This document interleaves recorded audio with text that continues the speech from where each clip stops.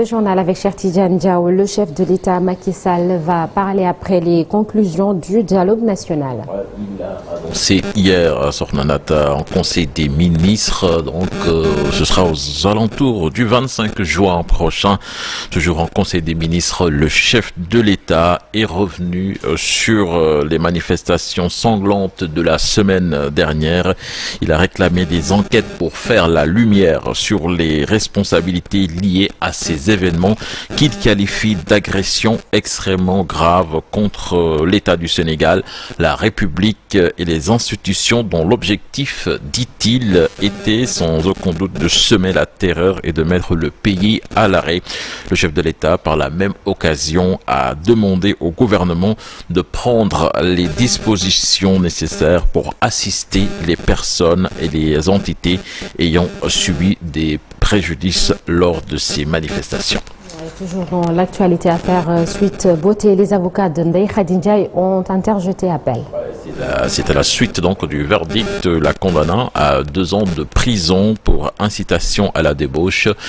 Les avocats de la propriétaire du salon de beauté ont donc introduit cette nouvelle option judiciaire qui permettra donc la suspension de sa condamnation en attendant la suite de la procédure. Pendant ce temps, les avocats d'Ousmane Sonko ont écrit au ministre de l'Intérieur, en particulier Maître Clédor Cirelli, l'un des avocats donc du leader de PASTEF, estime que les droits fondamentaux et la défense sont bafoués. Il soutient qu'il a été éconduit à 9 reprises dans le but de l'empêcher de voir son client, ce qui constitue selon lui une entrave à l'exercice de ses fonctions. Nous parlons de toute autre chose avec toujours les conséquences de ces violentes manifestations qui se sont déroulées durant pratiquement 72 heures au Sénégal. Comme beaucoup de grandes surfaces, Supéco a subi également la furie de jeunes manifestants. Ce supermarché qui appartient à un Sénégalais a été complètement saccagé avec un manque à gagner estimé à plusieurs millions de francs CFA. C'est un reportage signé Fatou Bintou Conté avec les images de Mohamed Dian. Une surface complètement pillée, nous sommes à l'intérieur d'un Supéco. Ce supermarché a été saccagé lors des émeutes de la semaine dernière. Mais comme vous voyez ici, le Supéco de Golf a été complètement ravagé, pillé et détruit. On a subi le même sort également au Supéco de Hamon, qu'on a ouvert il y a juste 2 mois. Son propriétaire est animé actuellement par un sentiment de dégoût et se désole de ces saccages. Quand on regarde ce qui se passe, comment le magasin a été pillé, forcément c'est un sentiment de dégoût qui nous anime aujourd'hui. Un sentiment de dégoût, tout simplement. On est dégoûté et peiné par ce qui se passe, parce que on se démène, on va dire, pour apporter de l'investissement au Sénégal, apporter de l'emploi aux jeunes au Sénégal, quand on sait le taux de chômage qui existe aujourd'hui dans ce pays.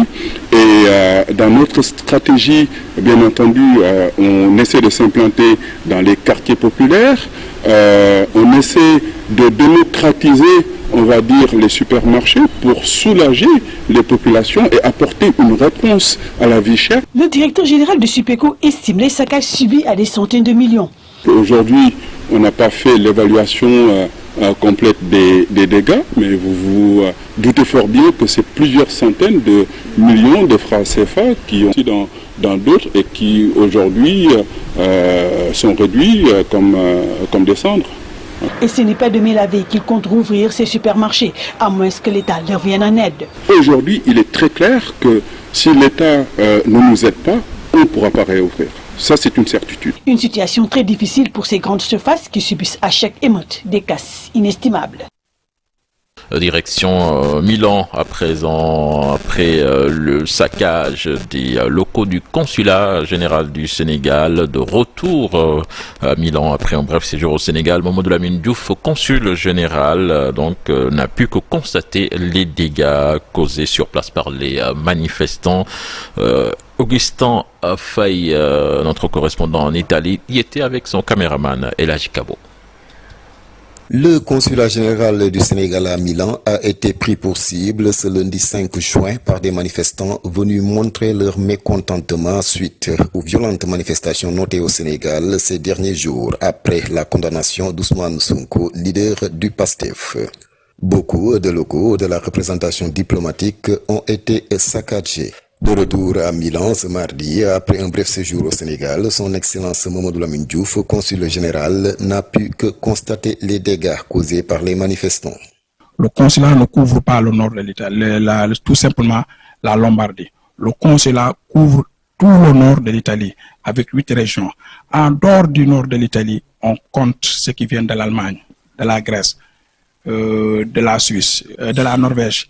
Tous ces gens-là viennent ici au niveau du consulat pour pouvoir vraiment s'acquitter de leurs documents. Aujourd'hui, ils ont saccagé le consulat. Et pire, si vous allez au troisième, vous allez voir avec le bureau des passeports, ils ont saccagé la machine de validation. Les bureaux qui abritaient l'état civil de la représentation diplomatique n'ont pas été épargnés. Tout a été saccagé. On fait tout ce qui concerne le mariage, les décès, la transcription, les livrets de famille. Tout se confectionne ici au niveau de ce bureau. C'est le premier bureau qu'ils ont eu devant eux. Ils l'ont saccagé. Ils l'ont saccagé comme vous venez de le voir dans les images. Et je déplore ceux qui ont fait cela. Et je pense que ce n'est pas de la politique. Parce que je pense que les gens qui sont venus pour vandaliser le consulat. Au moment où les manifestants entraient dans les locaux du consulat, Mme Khadissa Ndiaye, vice-consul, était dans son bureau. Elle est encore très choquée de ce qui s'est passé. On a vécu la journée d'hier avec beaucoup de tristesse, avec un cœur meurtri. Ce sont des délinquants, ce sont vraiment des délinquants. Ils ont saccagé tout. Ils sont comportés vraiment comme des voyous. On n'arrive pas à comprendre. C'est très triste de voir ces types de choses. Il faut que les gens sachent que le consulat sera fermé jusqu'à un nouvel ordre. Et je ne dirai pas un mois, je ne dirai pas 2 mois, je ne dirai pas une semaine, mais je dis que le consulat sera fermé jusqu'à un nouvel ordre. Et le regret que j'ai, c'est les décès. Parce qu'aujourd'hui, quand quelqu'un est décédé ici le plus rapidement possible, sa famille l'attend au niveau du Sénégal. Il faut faire le Nula Osta, le laisser-passer mortier. Comment faire ce laisser-passer si le consulat est fermé? Et c'est des choses que je déplore. Et actuellement, je suis là, j'attends la police va venir, on va prendre un huissier, on va revisionner les caméras parce que le consulat est doté de vidéocaméras. Et tout ce que la loi me permet, je le ferai, Inch'Allah, pour détracter ces voyous et ces malfaiteurs qui sont venus saccager ce consulat. Un coup dur pour la représentation diplomatique du Sénégal à Milan, qui couvre tout le nord de l'Italie avec 8 régions, mais aussi des pays comme la Grèce, l'Allemagne, la Suisse et la Norvège. Retour au Sénégal à Saint-Louis, plus précisément la disparition de 2 élèves de 12 ans inquiète Chertidiane. Et ça s'est passé à l'école Charles-Legnan. Plutôt, ce sont des élèves de l'école Charles-Legnan dans le quartier de Missira à Saint-Louis depuis 10 jours. Donc Nata, la population saint-louisienne est mobilisée pour les retrouver. Ils étaient aperçus pour la dernière fois près du grand bras du fleuve, ce qui inquiète davantage les parents. Explication dans cette correspondance signée Ousseynou Diop et Habib Sek. Dans un quartier de Saint-Louis, les parents de Mohamed K et Mohamed Ndiaye sont très inquiets depuis la disparition de leurs enfants. 2 élèves très brillants perdus de vue depuis plus d'1 semaine. Je ne dors plus depuis quelques jours. Le matin, je prie et je demande au bon Dieu pour qu'il m'aide à retrouver mes enfants. Ce qui traumatise les parents depuis quelques jours, c'est surtout le témoignage des voisins. Les 2 élèves étaient aperçus pour la dernière fois près du fleuve, le jour même de leur disparition. On nous a dit que les 2 élèves étaient près du fleuve, mais les pêcheurs ont cherché partout dans le fleuve, mais ils n'ont rien trouvé. Ils sont tous les 2 des élèves très brillants.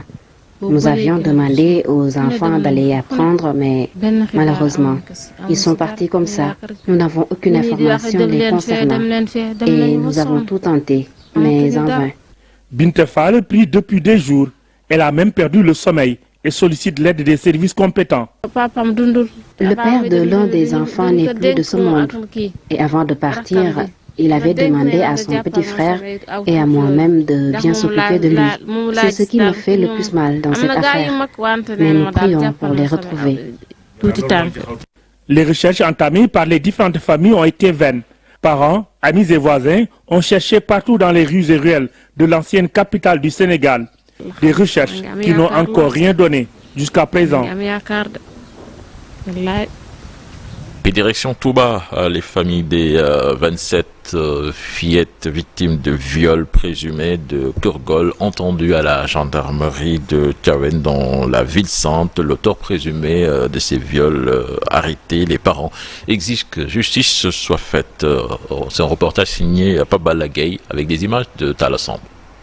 Convoqué à la gendarmerie de Tiawen pour les besoins des premières auditions après l'arrestation de Serigne Khadim Baké, présumé violeur des 27 fillettes de Kurgol, les parents poussent un ouf de soulagement. Père d'une des victimes, ce dernier se félicite de l'engagement des autorités judiciaires pour élucider cette affaire.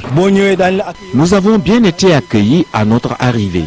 Nous avons été auditionnés dans le calme et la sérénité. Peiné par cette histoire, Moussa Thiam n'entend plus laisser sa fille retourner dans ce dara que tenait Serigne Khadim Baké. En ce qui me concerne, mes enfants ne vont pas apprendre dans ce dara. Un autre dara responsable où l'apprentissage du Coran et de l'œuvre de Serigne Touba sont avérés. Un autre dara responsable où l'apprentissage du Coran et de l'œuvre de Serigne Touba sont garantis. Je veux bien. Même si un brin d'espoir renaît suite à l'arrestation du violeur présumé des 27 fillettes, Bintoutal, mère de famille, sollicite un accompagnement psychologique pour toutes les victimes. Nous souhaitons de bonnes écoles pour nos enfants afin qu'ils puissent continuer leurs études, mais également leur suivi sur le plan médical. Certains n'ont pas pu faire les analyses qu'on leur a demandées, faute de moyens. Nous voulons de l'aide. Près d'une trentaine de plaintes sur le dos de Serigne Khadim Baké, le collectif des parents des 27 filles de Kurgol n'ont qu'un souhait, que justice soit faite sur cette affaire. Merci Pabala Gay. Nata, c'était là donc l'essentiel de l'actualité nationale de ce matin. Merci beaucoup cher Tidiane Diao. À tout à l'heure pour la version Wolof de l'actualité nationale. Vous allez retrouver ce matin votre rubrique Un jour au Sénégal, un jour dans le monde. Et ce jeudi, nous parlons des reporters de la TFM qui ont été hués le 8 juin 2022. Ils devaient couvrir une manifestation de l'opposition sur la place de la Nation. Les manifestants plutôt ont tout simplement chassé le journaliste et le caméraman de la TFM. On en parle tout à l'heure et plus amplement de la sécurité des hommes et femmes des médias. Et pour de quoi est-il le nom? Direction Saint-Louis ce matin. Tout de suite, l'actualité internationale.